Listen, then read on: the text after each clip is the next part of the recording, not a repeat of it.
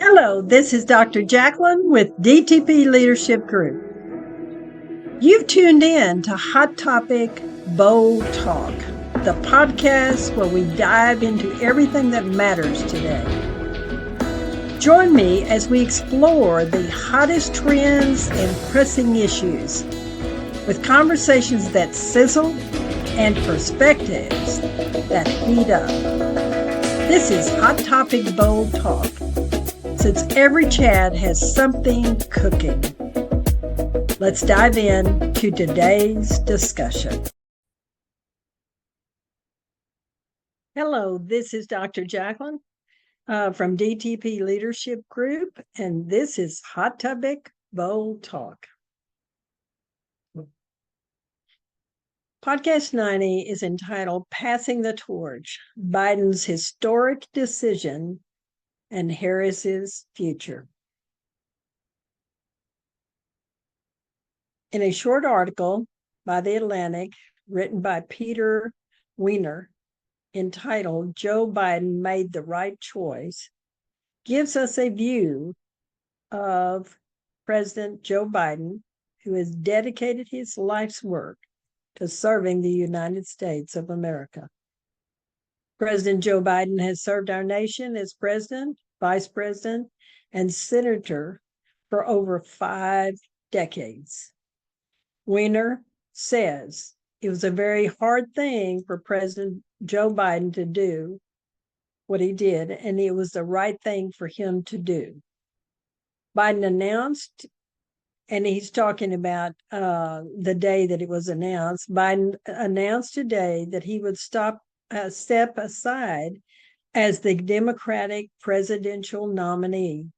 In a letter to the nation, America's 46th president said, "I believe it is the best interest of my party and the country for me to step down and to focus solely on fully fulfilling my duties as president."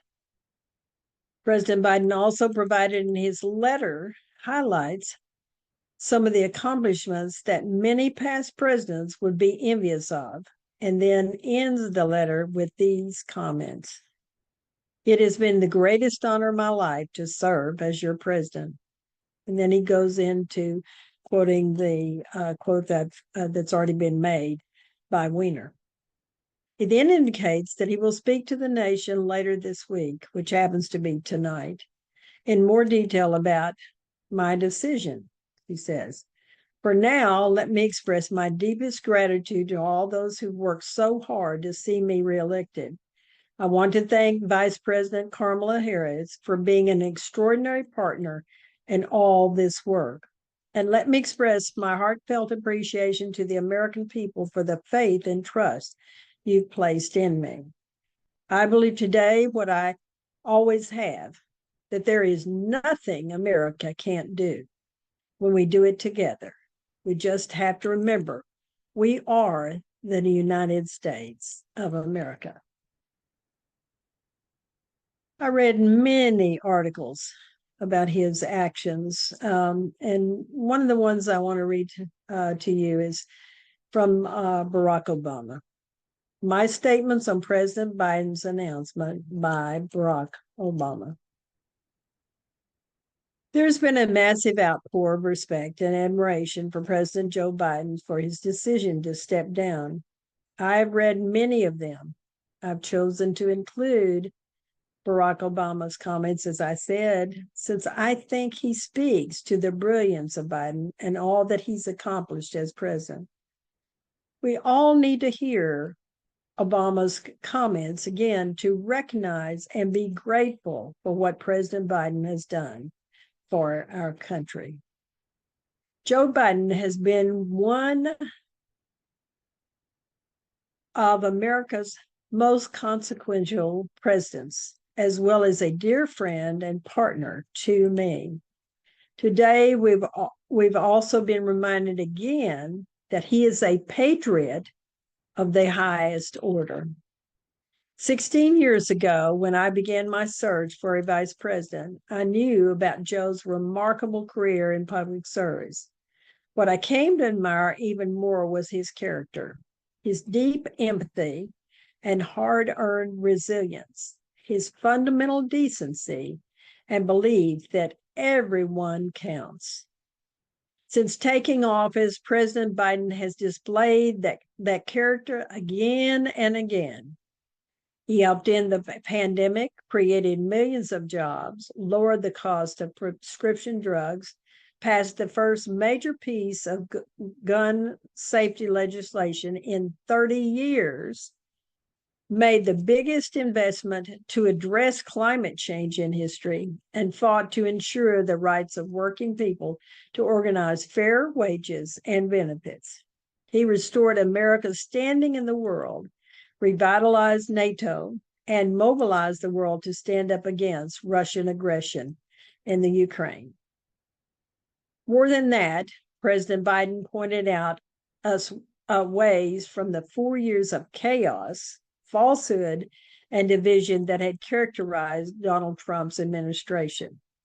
Through his policies and his examples, Joe has reminded us who we are at our best, a country committed to old-fashioned values like trust and honesty, kindness and hard work, a country that believes in democracy, rule of law, and accountability, a country that insists that everyone, no matter who they are, has a voice and deserves a chance at a better life.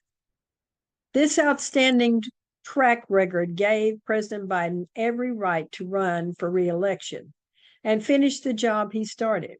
Joe understands better than anyone else the stakes in this election. However, everything he fought for throughout his life and everything that the Democratic Party stands for will be at risk if we allow Donald Trump back in the White House and give Republicans control of the Congress. I also know Joe has never backed down from a fight. For him to look at the political landscape and decide that he should pass the torch to a new nominee is surely one of the toughest in his life. But I know he wouldn't make this decision unless he believed it was right for America. It's a testament to Joe Biden's love of our country and an historic example of genuine public servant, once again putting the interest of the American people ahead of his own, that future generations of leaders will do well to follow.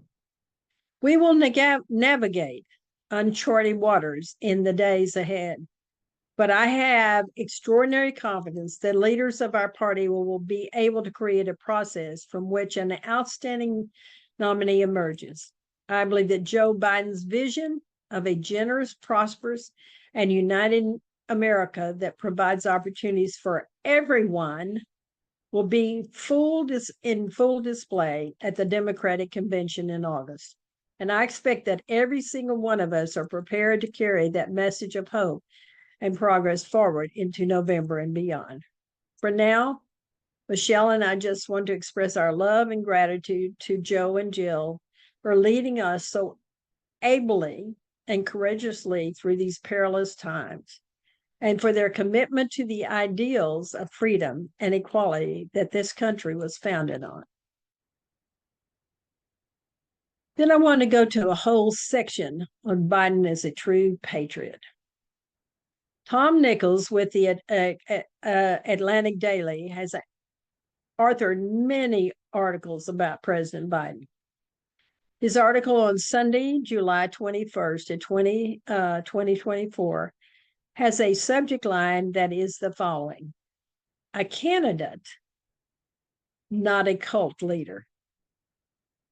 Nichols' introduction to his article is, President Joe Biden has chosen to put his country over his own ego, a heroic decision that shows the difference between a political party and a cult of personality.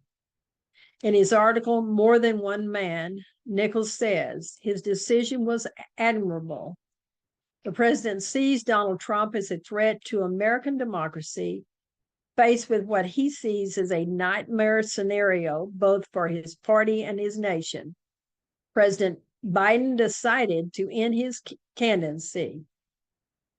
Biden's decision reflected a determination to put the faith of of his country ahead of his personal vanity, a choice Trump is inherently incapable of making. He continues, Biden faces challenges of age that are not going to get any easier. His decision to make way for a younger candidate reaffirmed that his party is not about one man. Trump, meanwhile, continues to bellow gibberish at his rallies, raving like the emotionally unstable would-be dictator he is. Biden is a good man, and he's been a good and consequential president with a first-term record most of predecessors would envy. He is capable of serving out his term and should do so. And then he puts in parentheses, calls from the Republicans today that he should now resign, coming from opportunistic hypocrites such as Elsa Steinfink, are as meaningless as they are predictable. Trump was a disaster, an incompetent and ignorant president whose selfish decisions, especially about COVID-19, cost many thousands of American lives.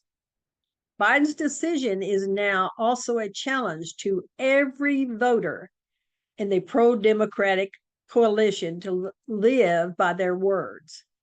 For 2 years, many Americans lamented the choices between the aging Biden and the desolate, unbalanced Trump.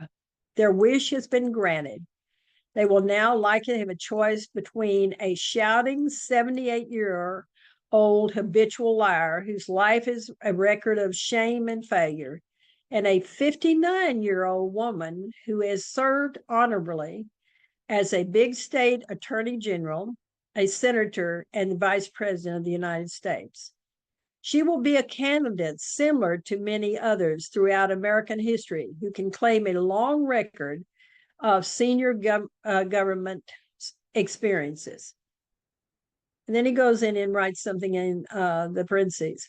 Like Trump, for example, she has been given briefs on the nuclear launch procedures. Unlike Trump, she certainly understands them. Every voter who cares about democracy but is claimed to be paralyzed by the two old men in the race will now have no excuses for indecision. The Democrats have made clear that they intend to field a stable, experienced candidate. The Republicans, a cult of personality in the grip of fevered delusions, will field Trump. Tonight, Americans have clarity, and they must realize that, and they must demand a decision of each of us as voters. In a separate post from his letter, Biden said, Harris has my full support and endorsement. In the Project ID Action Fund from the ID update, which I'll give you the connections for in my references, entitled 107 Days, stated, today, President Biden changed everything. By choosing to step down and endorse Vice President Harris, Biden has given this election the electrical shock that it needed. A prosecutor versus a convicted felon, a woman with a history of fighting for women's rights and bodies versus a man who has fully endorsed Project 2025. A candidate who can stay on message versus a candidate who doesn't know what his message is. This moment has not only invigorated our chances of saving our democracy, this has turned the entire election on its head. This new energy could change Congress. It could change state legislatures. It goes on.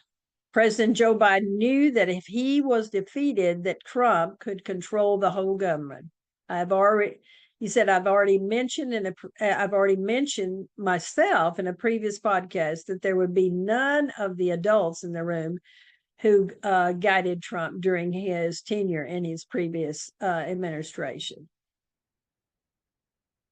He goes on to say his next administration would be staffed by bottom-feeding opportunists and cracks. And Tom Nichols' article also, and this comes from his article that I mentioned earlier. The courts are positioned to support this new era of Trumpism. The conservative majority on the Supreme Court has already invited Trump to rule as king or worse.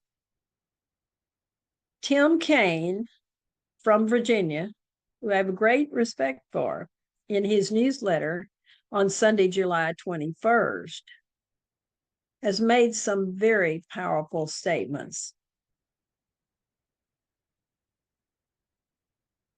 He says about President not seeking re-election, and he talks about this and makes some comments that I think are important for you to hear. Biden's decision today reflects the same patriotism that George Washington and Teddy Roosevelt demonstrated when they selflessly put their country above their own political ambitions. Kaine ends by saying he is deeply grateful for his, and he's talking about Biden's years of service. I am laser focused on building on the historic accomplishments of Biden's Harris administration by continuing to lower costs for Virginians, protecting our democracy at home and abroad, and safeguarding America's reproductive freedom. I'm looking forward to working with my friend, Kamala Harris, and a great ticket mate to keep Virginia blues so that we can continue to build on our progress. And he then goes into naming Biden's achievements for the American people, which have already been listed. Now, I think it's really important for all of us to be very clear what has really happened with the Trump Republican Party. I encourage you to read in more detail the article, Trump's Campaign Has Lost Whatever Substance It Once Had. This is by David Graham from The Atlantic. Graham is describing what used to be the Trump campaign, what is not present in the campaign and from the past now, and what is present today. And here are two important paragraphs for you to consider, and the reality that his campaign is lacking focus. Nichols says, grievance is not a new note at Trump rallies, but 4 and 8 years ago, he used to talk about other people's grievances and promised to address them. Now the grievances are his own, stemming from legal cases against him and his loss in the 2020 election, which is so painful that he still won't recognize it. For some of his diehard fans, this may resonate as proof of his claims that he is their champion. He tried to stand up for them, so the powers that came after him. And Nichols says, this is absurd if you actually reflect on the cases against him. He goes on to say, even so, this just serves to rile up the base rather than speak to an imagined silent majority, as he did in 2016. Trump's campaign now is about nothing so much as his desire to be president. He's running because he feels that the presidency was stolen from him in 2020 and because it will afford him a desperately needed legal shield. Even Project 2025 is about the accumulation of executive powers itself rather than any particular policy goal. He doesn't offer a great deal of inspiration or fun. If you want to be clear about Joe Biden and what he has done, go read the interview with President Biden in Time magazine on May 28, 2024. And I think it has really some amazing comments by Masumi Calabresi. And I think what she has to say is something that you will want to do something about, because I think it's very well done. What I gained from reading this interview is Biden's mix of traditional values and pragmatic approach is what made him a great statesman.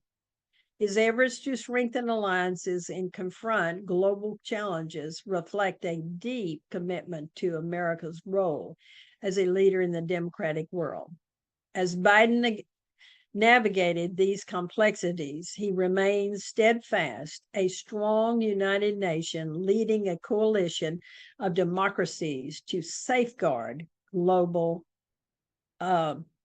stability. In my conclusion, this is what I'd like to say. President Joe Biden's decision to step down as the Democratic presidential nominee is a testament to his unwavering dedication to the American people and his profound understanding of what is best for our nation's future. His tenure as president has been marked by significant achievements that have strengthened our democracy, improved the lives of countless Americans, and restored our standing on the global stage. As we look forward, it is clear that Vice President Kamala Harris is the right leader to continue this important work.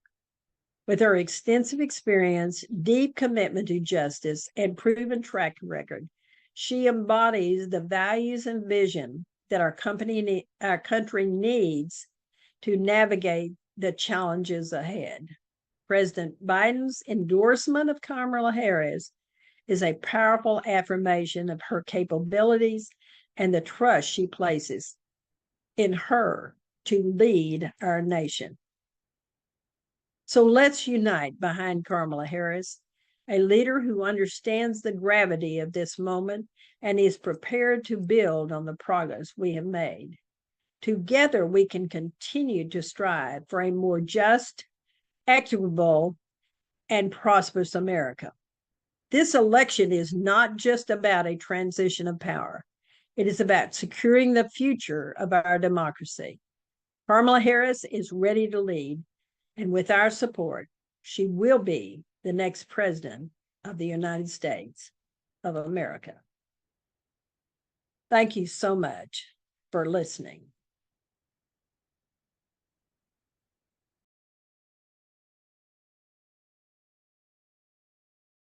There you have it. Another episode of Hot Topic Bold Talk is in the books. We journeyed through today's discussion, uncovering diverse perspectives and shedding light on a very critical matter. A massive thanks to all of you that are my listeners. I really appreciate you, and I'm so glad you're a part of this adventure. Feel free to drop your views in the polls and the Q&A section. It's really important for me to hear from you and know how you feel or what you think about my podcast. Gear up for more intriguing discussions in our next episode. Until then, stay connected, stay engaged, and let's keep those conversations buzzing. Thank you.